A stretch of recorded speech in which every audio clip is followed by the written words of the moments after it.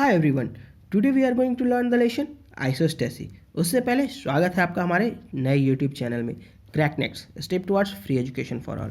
तो आइसोस्टेसी के कॉन्सेप्ट को देखने से पहले हम लोग ये देख लेते हैं कि अभी तक हम लोगों ने किन किन टॉपिक को कवर कर लिया है।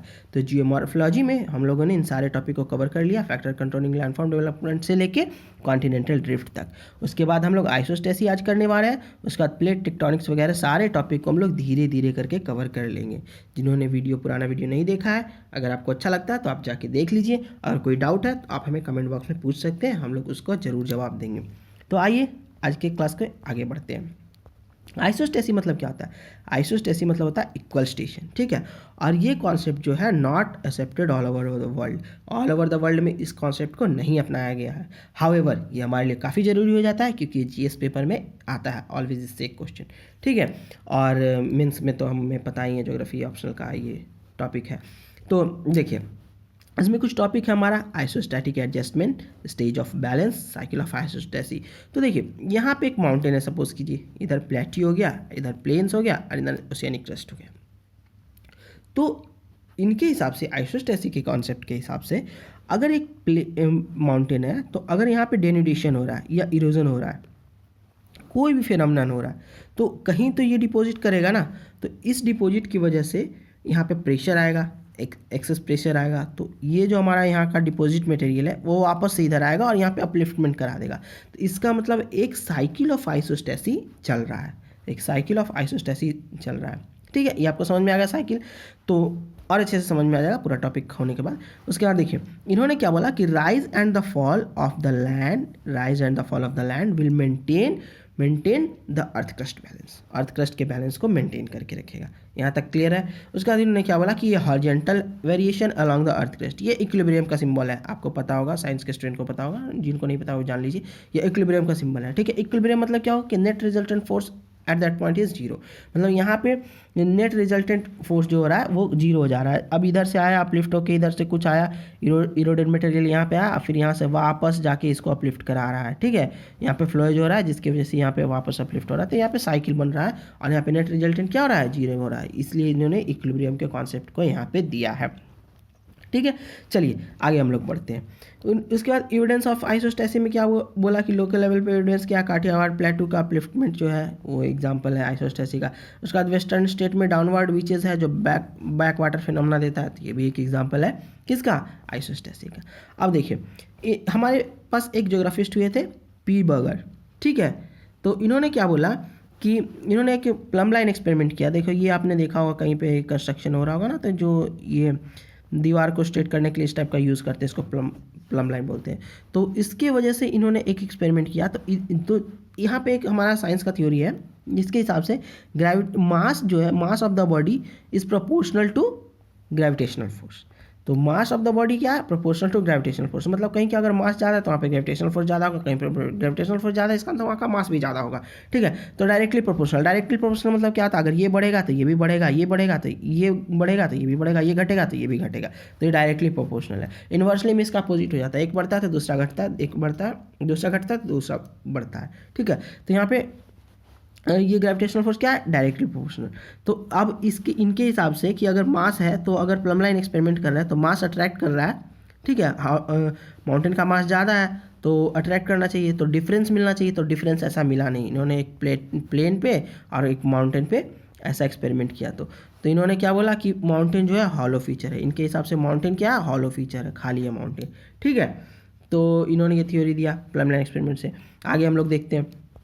इसका देखिए इसके बाद क्रेलस डेटन जो थे, इन्होंने क्या किया 1889 में सबसे पहले आइसोस्टेसी टर्म का यूज़ किया। ये अमेरिका के थे, ठीक है। तो इन्होंने क्या बोला कि देयर इज़ ये इस टर्म को ध्यान दीजिएगा, there is a mechanical stability, ठीक है, mechanical stability between earth crust and low layering part.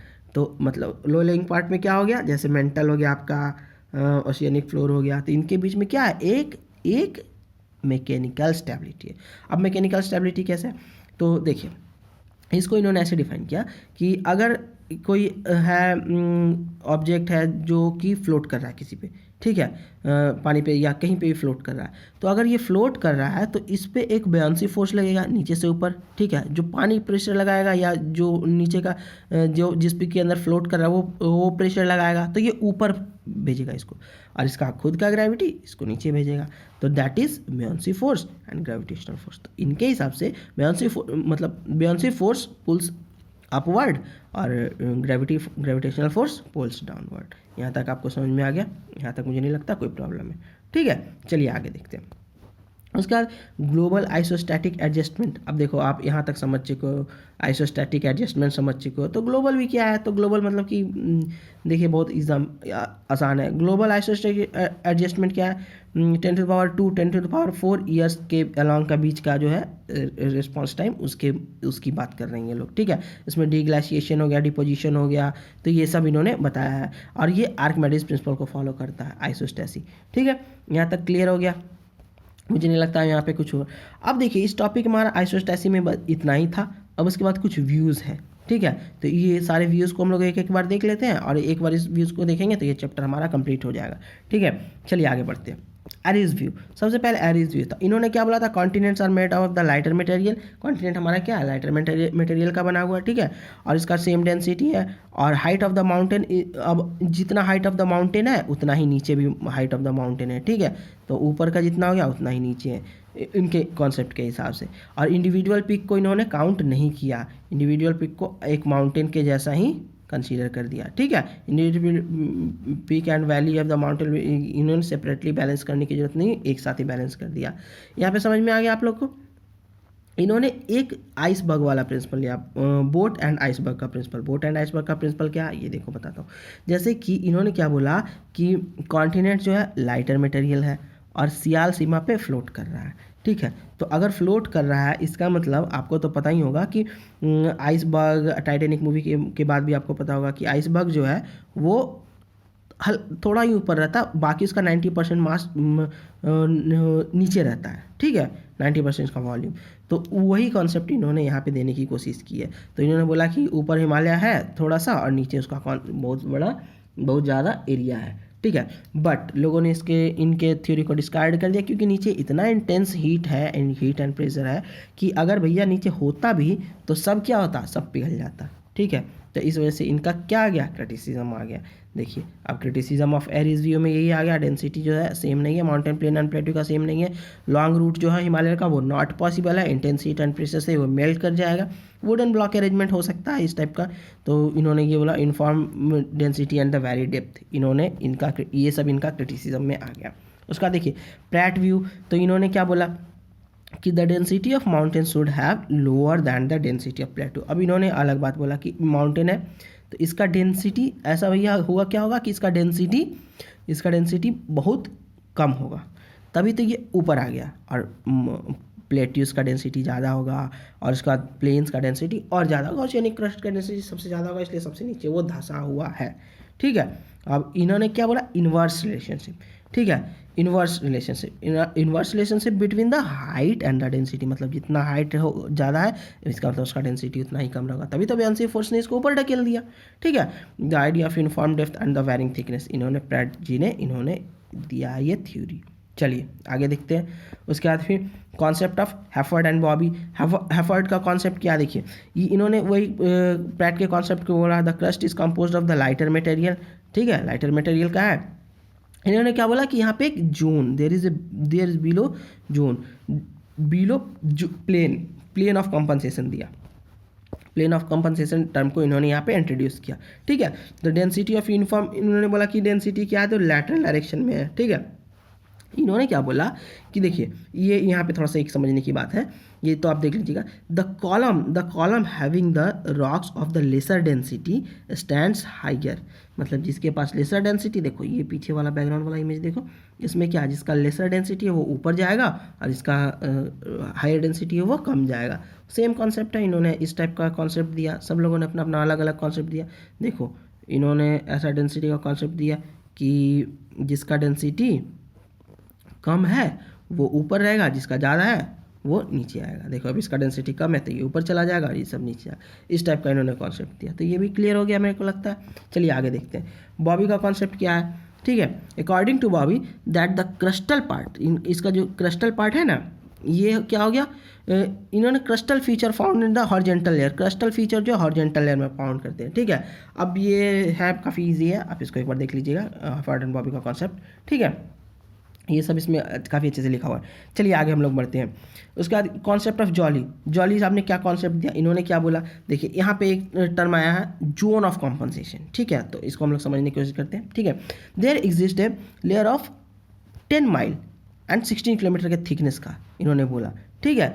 और इन्होंने क्या बोला, डेंसिटी, इन्होंने क्या बोला कि ये एक लेवल ऑफ कंपनसेशन नहीं हो सकता है, ये it is not a linear phenomena rather than it is a zone of compensation. अब देखिए लेवल ऑफ कंपनसेशन मतलब इस टाइप का बट ऐसा नहीं, इन्होंने बोला कि एक पूरा जोन होगा, बहुत बड़ा एक इस टाइप का जोन होगा, ठीक है। एक लेवल नहीं हो सकता, एक बहुत बड़ा जोन होगा। तो इन्होंने क्या बोला, जोन ऑफ कंपनसेशन बोला, ठीक है।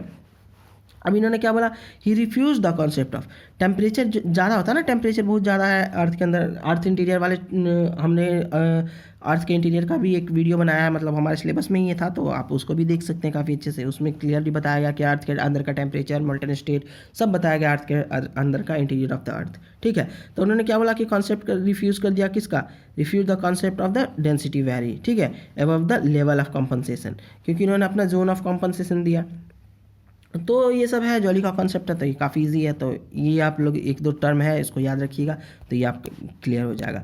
अब देखिए कॉन्सेप्ट हैकिंस है, इनके हिसाब से क्या है, इन्होंने क्या बोला था कि ये एरी का जो मॉडल था और प्रैट का मॉडल था, उनके दोनों का है। इन्होंने क्या बोला कि 1/3 of the earth crust above the boundary between the substratum, crust and the substratum. इन्होंने क्या बोला कि 1/3 जो है, 1/3 अर्थ क्रस्ट का जो है वो इसमें आ रहा है, मतलब क्या, टोपोग्राफी कंपोजिशन में आ रहा है, ठीक है। तो अब आगे देखते हैं हम लोग,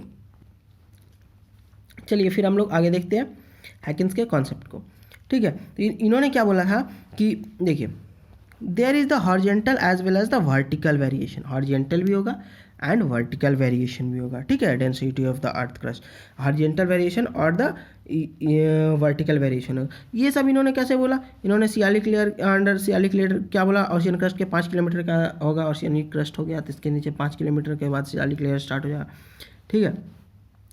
सियालिक लेयर 5 किलोमीटर का होगा, उसके बाद सीमा लेयर होगा, सियाल सीमा वाला कॉन्सेप्ट है, ठीक है। अब देखिए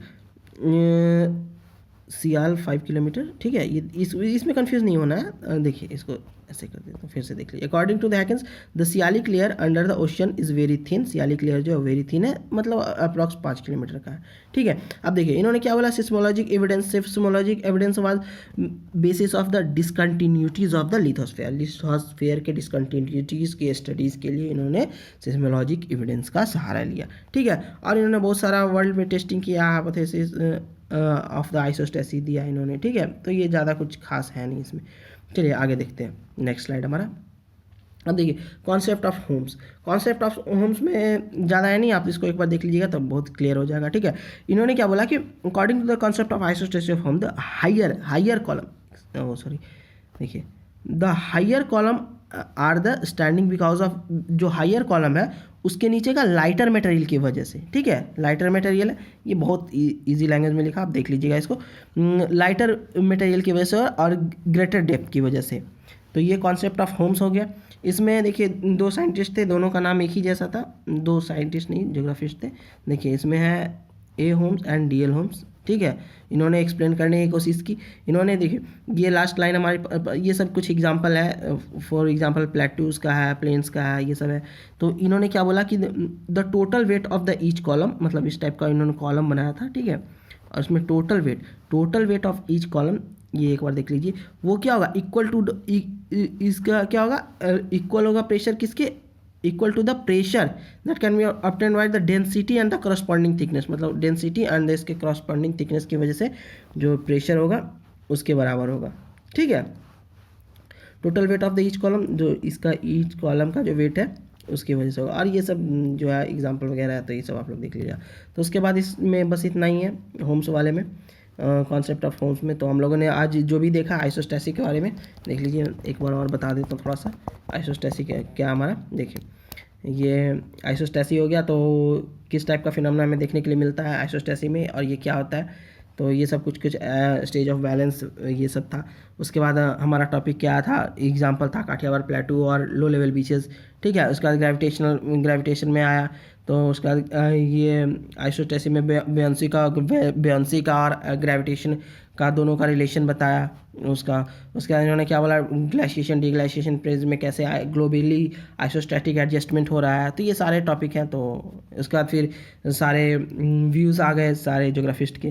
तो ये सब मुझे लगता है कि आपको क्लियर हो गया होगा। अगर कोई डाउट है तो आप कमेंट बॉक्स में पूछ सकते हैं, ठीक है।